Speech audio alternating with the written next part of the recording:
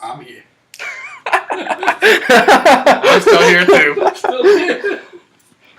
Oh, I love it so. All right, welcome back, everybody, and thank you for coming to listen to my persuasive speech about animal cruelty, specifically about the fur trade. Oh. All right, so it's always been a heavy thought on my mind that animal cruelty is a rising social justice issue commonly overlooked in the United States. I've spent a lot of time learning about both sides of the argument for the fur trade and against the fur trade, and I've reached some fur-free solutions that we can all work towards together. Every year, millions of animals are brutally murdered, both in the wild and on farms, for their fur in an ever-increasing social crisis that can be mitigated in a God-honoring way by educating and engaging in fur-free activities. Today, let's look at the history. What is animal cruelty? What is the fur trade? And how does God values help us experience the life He intended for us? The fur trade is just as old as America itself. We traded with Native Americans for tools, supplies, shelter. We ate the meat with the animals that we trapped. In the United States specifically, in North America, English settlers, as early as the 1600s, developed the first companies like the Hudson Bay Company, which were prosperous up through the 1700s, and then they really created the base for fur trading today.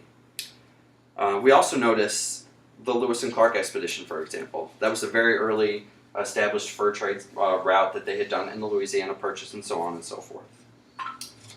So the next part that we have to talk about is how God values animal life, albeit less than human life, but that still doesn't mean we can ignore animals. We should really start by looking at how animals were treated during modern day fur trapping, such as hold traps. So hold traps are metallic spring-loaded traps where an animal steps on one and it really crushes their leg. And a fur trader will just leave this out in the woods, and it could be days, it could be hours, it could be weeks, and the animal's left defenseless. It can't go get food, water, it's left to be preyed on by other animals. It's just a really horrible way to trap and trade. In China, in today's world, they bludgeon, hang, and skin animals such as cats and dogs alive for their fur, and then they label them as other animals and sell them in the black market overseas. And then finally, even wild animals, it's just as bad if you farm for their fur. So minks and foxes, for example, minks and foxes have a habitat of 700 acres plus, and they roam those looking for food, scavenging, all of that. But when they're in captivity, such as on a fur farm, they usually get about a 12-inch to 18-inch cage that they stay in, and then they self-mutilate because they lose all of their instincts. They're under a high-stress environment, and they develop diseases which transmit to other animals on that farm as well. And that's really all sad. So the next logical step would be to look at how God values animal life through Scripture. So in Proverbs 27:23, he says, "Know well the condition of your flocks, and give attention to your herds." That's pretty straightforward. It just says, really pay attention to your animals. We're not here to ignore them. That really works well with the next quote. It says in Proverbs 12:10, "Whoever is righteous has regard for the life of his beast, but the mercy of the wicked is cruel." So that's just a quote saying how God values animal life as well. And then in Psalm 145, 8 through 10, "The Lord is good to all, and his mercy is over all that he has made. All your works shall give thanks to you, O Lord, and all of your subjects shall bless you."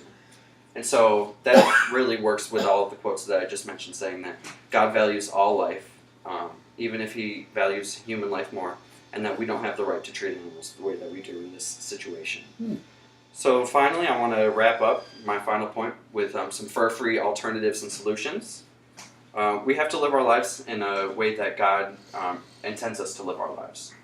And so we can do that by not buying fur, which makes a stand to companies that do sell fur and fur-related products. And we can also choose fur-free designers such as American Eagle, Lee Jeans, Levi's Jeans, Victoria's Secret, The North Face, Michael Kors, and so many more. Finally, we can educate ourselves and engage. By spreading the word, we do a lot more damage than any other method of delivering this statement, I think. And now that we finally moved on, let's just recap quick. The fur trade is obviously an industry as old as America itself.